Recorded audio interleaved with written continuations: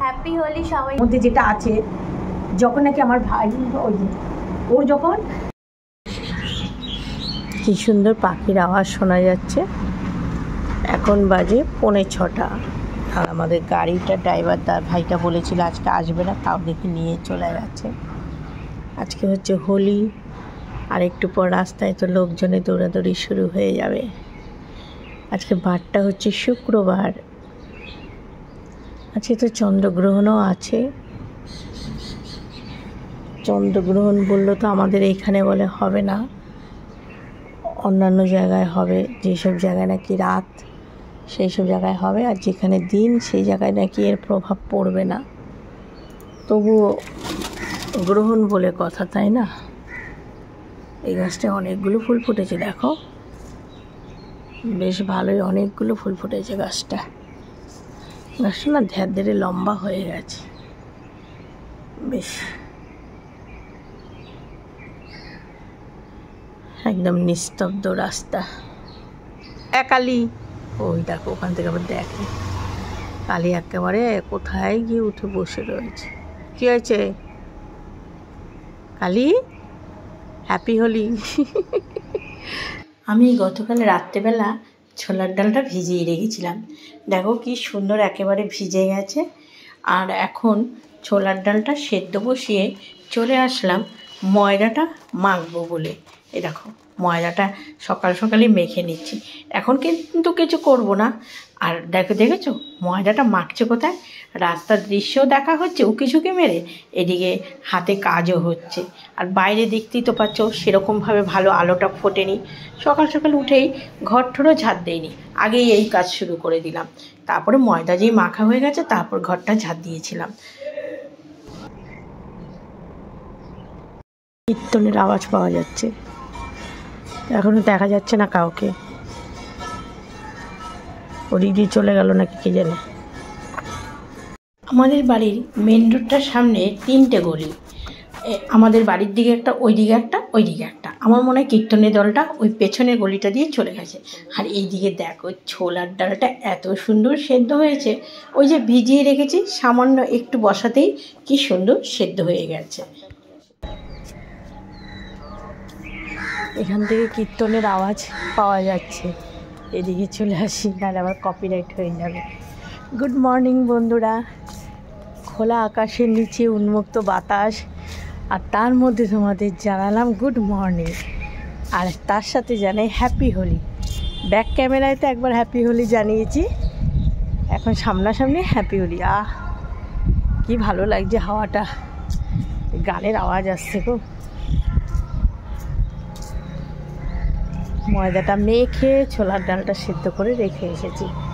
মা গতকাল বলছে মনা যতই আমাদের এখানে গ্রহণ না পড়ুক তবুও সকাল সকাল একটু কাজকর্ম সেরে নিবি।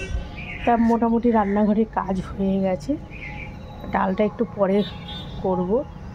বাবা আমার ওই গাছের টকটা সরে গেছে, ওটা লাউ গাছটা যার সঙ্গে এসে, ডালটা পরে করব, সেদ্ধ রয়েছে। আর ময়দাটা দিয়ে কি করি পরে করব।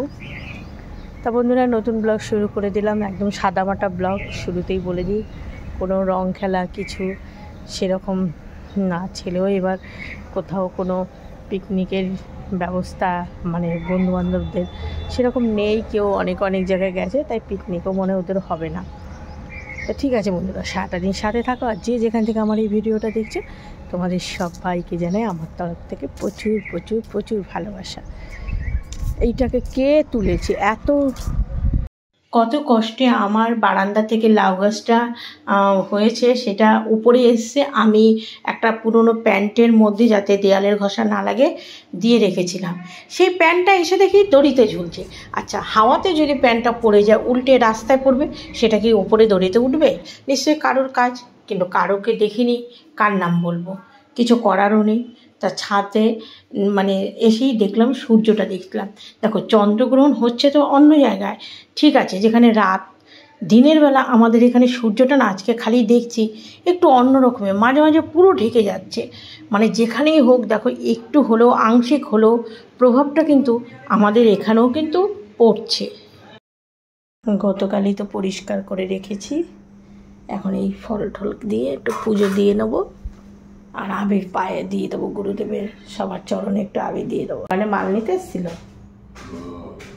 কাজ হবে গাড়ি, এই ভোম্বল না খোলা থাকবে গ্যারেজ? ও আচ্ছা। আমি ছাদের থেকে এসে স্নান করে ঠাকুর ঘরে ঢুকে গেছি, আর আমি ছাদের থেকে এসে দেখি আমাদেরও ঘরে নেই, ও নিচে গেছিলো। কার মানে অনেকেই আজকে গাড়ির কাজ করিয়েছে, হলে রাস্তায় সেরকম প্যাসেঞ্জার থাকবে না, তাই সকাল সকালে খুব সকালে আমাদের দোকানের লোক এসে ডাকাডাকি করছিল। আমি তো ছাদে ছিলাম, তাই আমাদেরও গিয়ে মাল দিয়ে যখন ওপরে আসলো, তা আমি বললাম এত সকালেই? বলে হ্যাঁ, সকাল সকাল অনেকের গাড়ি আজকে কাজ করাবে। আর এখানে আমি বসে গেছি আবিরগুলো নিয়ে। এই বছরে কিন্তু আমি আবির কিনিনি, এই আবিরগুলো সব রঙের আমার ঘরে আমি ঠাকুর ঘরে শোকেসের নিচে একটা প্লাস্টিকে বেঁধে রেখে দিয়েছি, দরকারের সময় একটু লাগে। তাই দেখো সব রকম 5 রঙের আবিরই আমার এখানে মোছায় মোছায় ছিল। জিনিস যত্ন করে রেখে দিলে, আর কোথায় রেখেছে সেটা যদি খেয়াল থাকে তাহলে কিন্তু জিনিস মানে হাত দিলেই পাওয়া যায়। আমি ওই যে মাঝে ছেলে বিয়ের সময় এটা সেটা খুঁজতে গিয়ে তখন এই ঝুড়িটাতে আবিরটা দেখেছিলাম, ওই জন্য না খেয়ালটা আরও বেশি আছে। দেখো 5 রঙের আবির একেবারে ছিল আমার ঘরে। সত্যি আমি এবছর আবির কিনিনি, দেখলে তো পুরনো পুরনো প্লাস্টিকগুলোর মধ্যে যে আবির ছিল। এবার আমি দেখো গাছের মধ্যে আবির দিলে তো একটু গাছটা খারাপ হয়ে যেতে পারে, ওই জন্য পেপার পেতে, এমনকি পেপার পেতে সব জায়গায় দিয়েছি, গুরুদেবকে সবাইকে ওই পেপার পেতে কাগজ পেতে দিয়েছি, নাহলে না আবিরের ইসে কেমন হয়ে যায়। বাবাকে এই কালারের আবিরটা দিলাম, দেখো কি দারুণ লাগছে। ফল টল বানিয়ে নিলাম, আর নৈবেদ্যও দিয়েছিলাম, আর গুরুদেবের চরণে, বাবার চরণে, মা লক্ষ্মীর কপালে সবাইকে দিলাম। এবার চলো আমিও একটু তাদের দিয়েছি যখন, আমিও তোমাদের সামনে হ্যাপি হোলি একটু টিপ পরে নিলাম।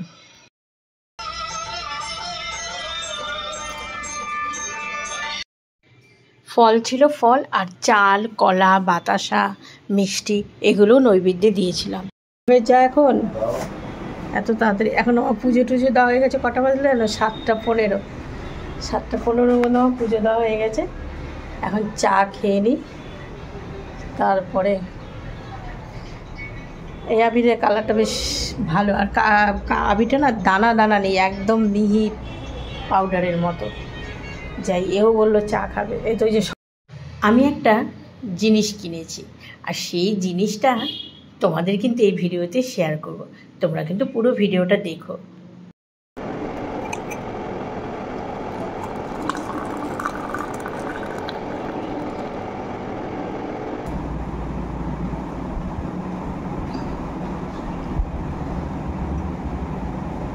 কালকে ভেবেছিল আজকে দেরি করে ঘুম থেকে উঠবে, আমি তো ভেবেছি সকালে উঠবো, কারণ আমার মা কালকে বারবার তাড়া দিয়েছে, রাত্রে বলেছে, মানে ফোন করেই বলেছে এই সকাল সকাল উঠে সব কিছু সেরে নিবে, ওগুলো ওনের আগে।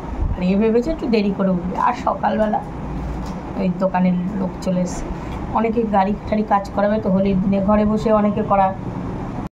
আমার মা তো গড়িয়াহাটা দোকান, তোমরা তো অনেকেই জানো যারা রেগুলার ব্লগ দেখো। মা মানে সপ্তাহে রবিবার বাড়ি থাকে, আর প্রত্যেক দিনই দোকানে যায়। কিন্তু যতই কাজে ব্যস্ত থাকো, কোনো ধরো পূর্ণিমা, অমাবস্যা, গ্রহণ, যে কোনো একটা কিছু হলে আগের দিন বারবার বলে দেবে, মনা তাড়াতাড়ি শুয়ে পড়ি, সকালবেলা উঠবি, এইভাবে করবি, ওইভাবে করবি। এত বছর ধরে সংসার করি, তাও মা ঠিক এই কথাটা বলবে।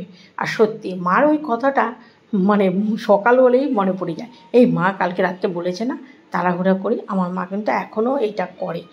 আর আমার মনে হয় প্রত্যেকটা মায়েদের এইটা করলে না, মেয়েদের কিন্তু সংসারের প্রতি একটা দায়িত্ব বেড়ে যায়, যে না মা এইভাবে বলেছে, এইভাবে করি, এতে কিন্তু শেখাও হয়।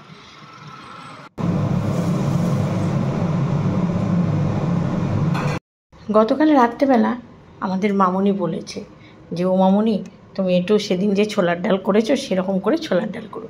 সেদিন আমি কাজু, ডাস্ট কাজু দিয়েছিলাম, আজকেও তাই দিয়েছি, কাঁচা লঙ্কা, আদা, ডাস্ট কাজু, আর মানে যখন সেদ্ধ করেছে ছোলার ডালটা তখন একটু এলাচ দারচিনি দিয়ে দিয়েছি, মানে বয়েল করার সময়, আর নামানোর আগে একটু ঘি দিয়ে দিলাম।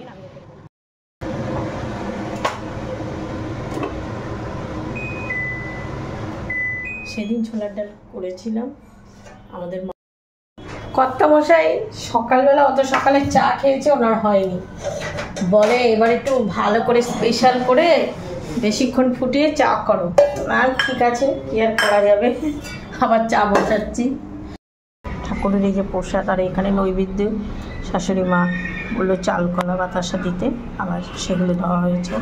এই যে ভালো করে কড়া করে চা খাবে। কর্তামশাইয়ের জন্য স্পেশাল চা করলাম, জানি না হয়েছে কিনা। সকাল সকাল আমার মা কিন্তু ফোন করা হয়ে গেছে মায়ের, ওনা পুজো দেওয়া হয়ে গেছে। আমি বললাম হ্যাঁ গো মা, হয়ে গেছে গ্রহণের আগে। তোমার পুজো দেওয়া হয়ে গেছে? বলে আমার 6:30 7টার মধ্যেই মায়ের হয়ে গেছে। আমার বাপের বাড়ি কিন্তু আজকে ভোগ দেয়, মানে যেহেতু ছোট্ট গোপাল আছে, ভাইয়ের বউ সকালবেলা উঠে নাকি সমস্ত কিছু করেছে রান্নাবান্না, আর মা ঠাকুর সাজিয়েছে, তা ভাইয়ের বউ করে দিয়েছে বলে মা তাড়াতাড়ি করে ভোগটা সাজিয়ে দিয়েছে। ওই খিচুড়ি তরকারি যেটা আমার বাপের বাড়ি ধরা বাঁধা, সে আজকে অল্প করুক বেশি করুক দিতেই হবে। তা আমি মাকে বলেছিলাম মা আমাদের তো এবছর রাধাকৃষ্ণটা বৌমার সাথে এসছে, মানে নতুন আসলো তো, এর আগে আমাদের ছবিও ছিল, মানে আমাদের আসনে সবসময় রাধাকৃষ্ণ। তো বললাম মা এবছর কি একটু ভোগ ঠোক দেবো? মা বলে মনা আর কোনো ঠাকুরের বাড়াস না, এত বাড়ালে করতে, এই তো ফাল্গুন মাসের 13ই ফাল্গুন, জ্যৈষ্ঠী মাসের লোকনাথ পুজো, একের পর এক এগুলো না বাড়িয়ে যেভাবে তোদের বাড়ি রাধাকৃষ্ণ ফল টল কেটে দেওয়া হতো সেইভাবেই দে, অত আর বাড়ানোর দরকার নেই। তাই ভাবলাম ঠিকই বলেছে। আজকে হোলি পূর্ণিমা, ভালো একটা শুভ দিন, আর এই শুভ দিন একটা শুভ কাজ করবো। দেখো সেটা কি, দেখো আমাদের রসগোল্লা তো মানে মুখে প্রসাদ হয়ে গেছে, মুখে প্রসাদ মানে মন্দিরে হয়ে গেছে। তা এবার অনুষ্ঠান, ঘরোয়া যে অনুষ্ঠানটা করবে কিছুদিন পর, কিন্তু সেই উপলক্ষে অনুষ্ঠান করুক আর না করুক কিছু তো দেওয়ার ওকে কর্তব্য না। তা একটা জিনিস রসগোল্লার জন্য বানিয়ে এনেছি, সেটা তোমাদের দেখাবো। সেটা গোল্ড না সিলভার কি বানিয়েছি তোমাদের দেখাবো। আর রসগোল্লাদের আসার কথা, রসগোল্লার আসলে ওটা রসগোল্লাতে দেবো। এখন এই কটা রুটি করব। আমি কিন্তু কিছুটা লুচি আর কিছুটা রুটি করেছি, সবাই এক জিনিস খাবে না। আর গতকাল রাত্রেবেলা আমি একটু গোল্ডের দোকানে গেছিলাম, আর এসেই ভিডিও করেছি। কি নিয়ে এসেছি চলো গতকালের ভিডিওটা দেখে নাও। গেছিলাম গোল্ডের দোকানে, বুঝলে তো। আর এই দেখো এর মধ্যে আমি কি নিয়ে এসেছি তোমাদের দেখাচ্ছি, দাঁড়াও। এখন তো সোনা, বাবা রে বাবা, সোনার জিনিস মানে পরিস্থিতির জন্য বানাতেই হয়, না বানালে তো হবে না। অনেক সময় দেখো অনেক জায়গায় সেখানে এমন পরিস্থিতি, এমন সিচুয়েশন দিতেই হয়। আর এই যে এটা বানিয়ে নিয়ে এসেছি, কার জন্য এনেছি সেটা তোমরা বুঝতে পারবে।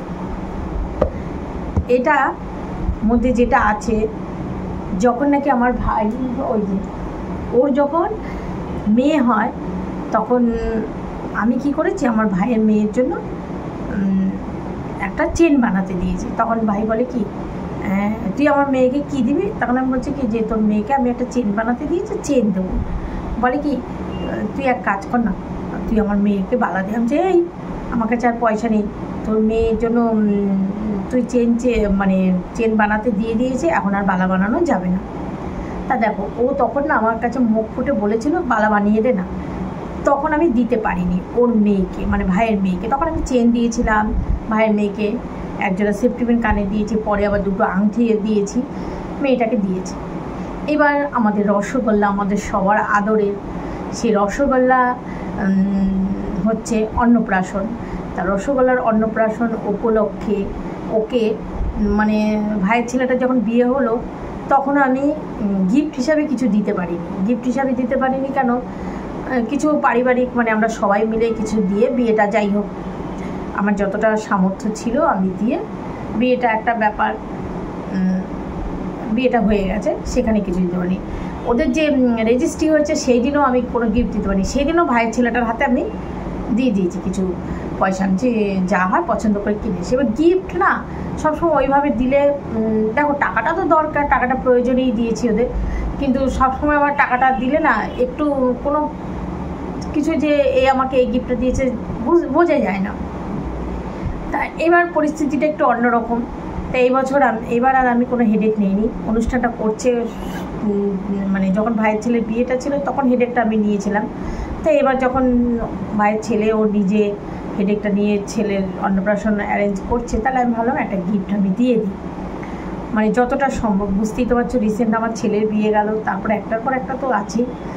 তা এই জিনিসটা আমি আমার সাধ্যমতো বানিয়ে আনলাম। আর হচ্ছে চলো তোমাদের দেখাই। এটা আমার খুবই শখের, আর আমার ভাইয়ের খুব ইচ্ছে ছিল। ও যখন আমার কাছে মুখ ফুটে বলেছিল, এই দেখো,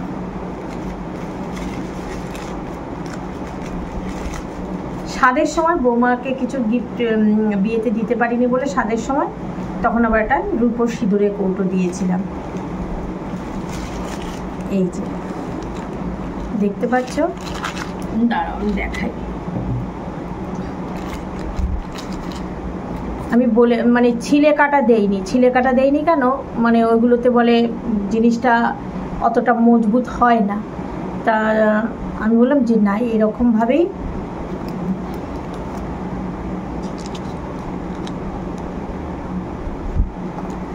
ওর আশা, ওর নাতিকে দিলাম, ওর আশা পূর্ণ হলো।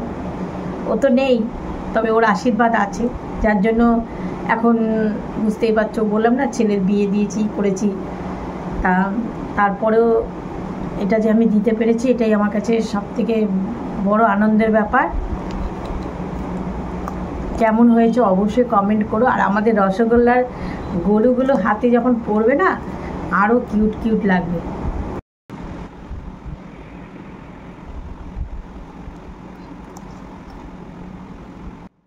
গতকাল রাত্রেবেলা এই জিনিসটা এনে আমি তোমাদের জন্য ভিডিও করেছি। এই দেখো, বাপের বাড়িতে কিন্তু প্রসাদ চলে এসেছে, ভাইয়ের ছেলে আর হচ্ছে ওর বউ আর রসগোল্লা, ওরা এসেছে। আর বললাম না তোমাদের, রসগোল্লাকে আজকে এই শুভ দিনে মানে ওই গিফটটা দেবো মানে কি ভেবেছিলাম, প্রথমে একটু পরিয়ে দেখবো, তারপর এই যে রসগোল্লা, আর আমাদেরও নিচে। এবার রসগোল্লা যা নাটক করছে আজকে না, মানে একটুখানি মানে বুঝতেই তো পারছো, এসে প্রথমে একটু কান্নাকাটি করছিল। আর কান্নাকাটি তো মানে ভিডিওতে বাচ্চাদের দেখানো উচিত না। তারপরে কি করেছে, ধীরে সুস্থে, আসলে ও না এখন চিনে গেছে, তো বুঝতে পেরেছে যে এটা ওদের বাড়ি না। এবার দেখো না, ওর বাবার দিকে তাকিয়ে দেখছে। দাদু কে বলবে? ও মা, এত চাইপা দিতে হবে। হ্যাঁ, এগুলো ছোট বড় করা যায়, দেখি।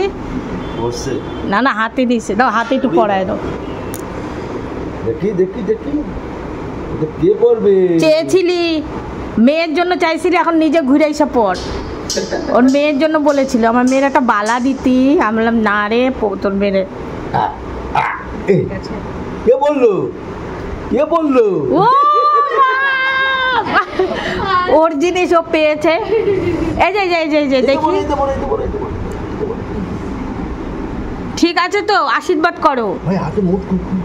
ও বাবা, নিঃশ্বাস ফেলতেছে, দেখো কি হয়েছে। এটা তোমার জিনিস, এটা তোমার জিনিস, এটা তোমার জিনিস, তুমি এটা চেয়েছিলে। ও বাবা, এখন তো আর কান্নাকাটি নাই। হ্যাঁ, এটা তোমার, দেখি সবাইকে দেখাও, এটা দাদু দিচ্ছে। ভালো হয়েছে তো, আশীর্বাদ করো, ঠিক আছে। আর বিয়েতে কিছু নিতে হবে। দেখ, চুপ করে শুনতেছে তোর মামা। চুপ করে শুন। কি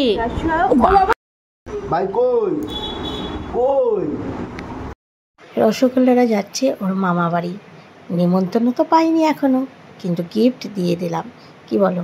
আর এই যে আমার ভাই, আর আজকে না মনটা আমার খুব শান্তি লাগছে যে ওর একটা ইচ্ছে আমি পূরণ করতে পারলাম। রসগোল্লাকে নিয়ে আমাদের অনেকটা সময় হয়ে গেল। এবার মা যে প্রসাদ পাঠিয়ে দিয়েছে, মায়েদের পুজো দেওয়া হয়ে গেছে। এবার তাড়াতাড়ি করে খাওয়া দাওয়ার পর্বটা শেষ হোক গ্রহণে। আচ্ছা, এই যে প্রসাদ কোনটা খাবি, দিদিমা পাঠিয়ে দিয়েছে, আগে খেয়ে নে, তারপর আমি ওইখানে করছি। এখানে হচ্ছে লুচি, ভোগে যেটা দেয়, এখানে হচ্ছে পায়েস। দেখো এত সকাল সকাল হয়ে গেছে। লাবড়ার তরকারি, খিচুড়ি। দেখো ছোলার ডালটা বেশ, আর রুটি দিয়েই হবে, বাবু খাবে লুচি দিয়ে। গদাই এই তো এখন খেয়ে নেয় এখানেই। ছেলে এবছর রং খেলতে বেরোয়নি, তাই বন্ধুরা এসে ওকে বাড়িতেই মানে রং দিয়ে গেল। আর কি বলতো, বিশেষ কারণে ও এবছর আর রংটা খেলতে বেরোয়নি, সেটা পরে তোমাদের বলে দেবো। এই যে সব খেলে যাচ্ছে, রং খেলে। আবার ওই যে দুটো মেয়ে আসছে।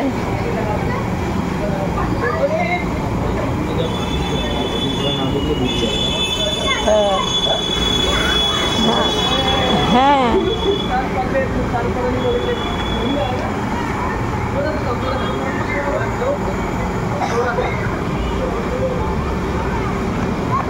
আজকে বিরিয়ানি বাম্পার সেল।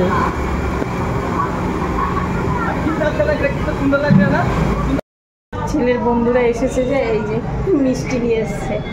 বলে বন্ধু বিয়ে করে ফেলেছে, খালি হাতে কি আসা যায়?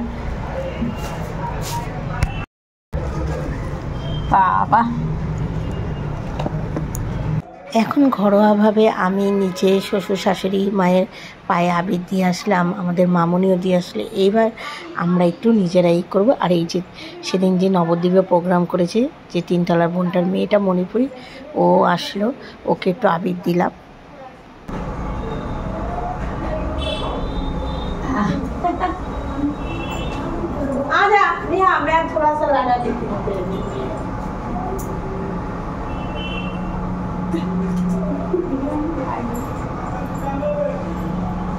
ভালো থাকো, সুখে থাকো। বাবা আমার লাল লাগাটা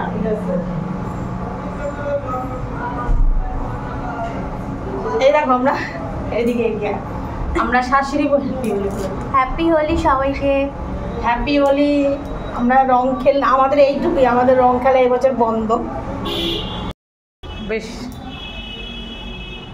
এই যে মণিপুরি বোনটা, ও নিচে নেমেছে, কিছুক্ষণ আগে ওর মেয়েকে দেওয়া হলো। ও এখন আবার আমাকে ভাড়ার টাকা দিতে এসছে, তাই ওকেও একটু আবির লাগিয়ে দিল। এবার হচ্ছে আমাদের মামুনি আর আমার ছেলে, ওরা একটু এইটুকুই ঘরে আবির খেললো। এইভাবেই আমাদের এই বছরের দোলটা আমরা ঘরে বসেই পালন করলাম। কি খাবে? স্নান করতে ঢুকে। এই যে বন্ধুরা কি অবস্থা করেছে ছেলেকে দেখো।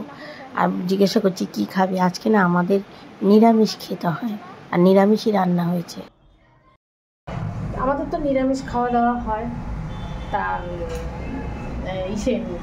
ছেলে বলে তোমা বিরিয়ানি, তুমি ঘরে নিরামিষ করেছো, ঠিক আছে তোমরা খাচ্ছ, আমি একটু বিরিয়ানি খাই মা। তা কী করবো বলো? আমি ঠিক আছে তাহলে বিরিয়ানি খা। এই যে বিরিয়ানি ছেলে নিয়ে এসেছে। আর আজকে এই খাওয়া দাওয়া হলো, মাথা শ্যাম্পু করলাম, ডাল আর পটল ভাজা দিয়ে খাওয়া হলো। আর ছিল তো বিরিয়ানি এনেছে। আর রসগোল্লার গিফটটা কেমন হয়েছে অবশ্যই কমেন্ট করো। দেখো আজকেই শুভ দিনে আমার একটা দায়িত্ব বলতে পারো। দায়িত্বটা ও যখন বেঁচে ছিল বলেছিল, সেটা তখন আমি চেন দিয়েছি বলে আর দিইনি। তা সেটা এখন মনের মধ্যে খালি মনে হচ্ছিল যে আমার ভাই ওই আমাদের ছোট্ট রসগোল্লার মধ্যে ফিরে এসেছে। আমার ভাইয়ের সেই আবদারটা আমি এখন পূরণ করলাম। এই দায়িত্বটা পালন করতে পেরে ভালোই লাগলো।